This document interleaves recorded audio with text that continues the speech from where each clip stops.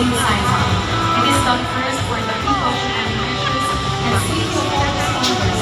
Second, using the permit how the victims need rescuing, and last to ensure that the strategy to contain and extinguish the fire. Senior Fire Officer Tingamani confirms first alarm and confirms that there is one victim trapped inside the building located in the second floor.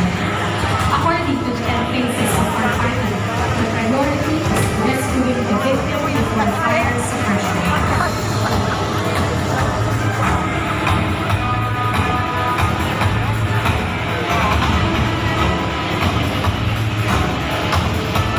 Fire Officer 1, Natasha Tina Martina, Fire Officer 1, Teresa Jean Ginamay, and Fire Officer 1, Henry Shane Takit are now preparing ladder hinge rescue.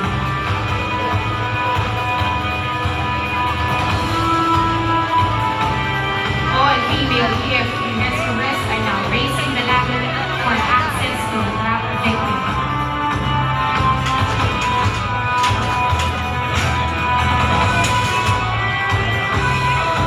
Firefighters must always prioritize safety.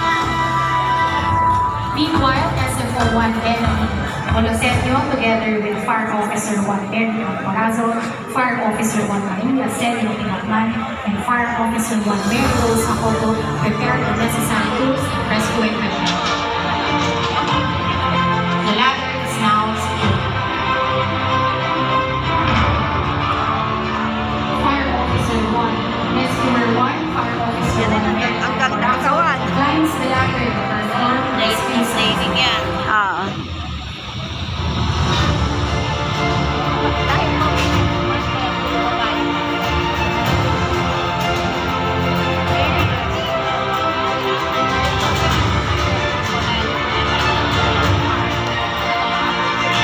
Rescuer 2, Fire Officer 1, Mary Rose Jacobo, lies next to assist in stabilizing the victim.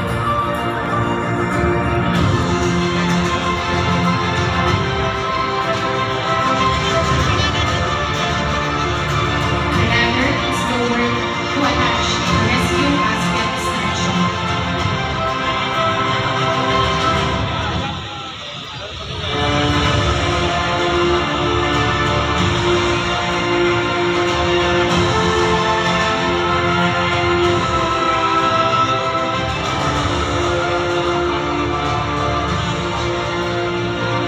And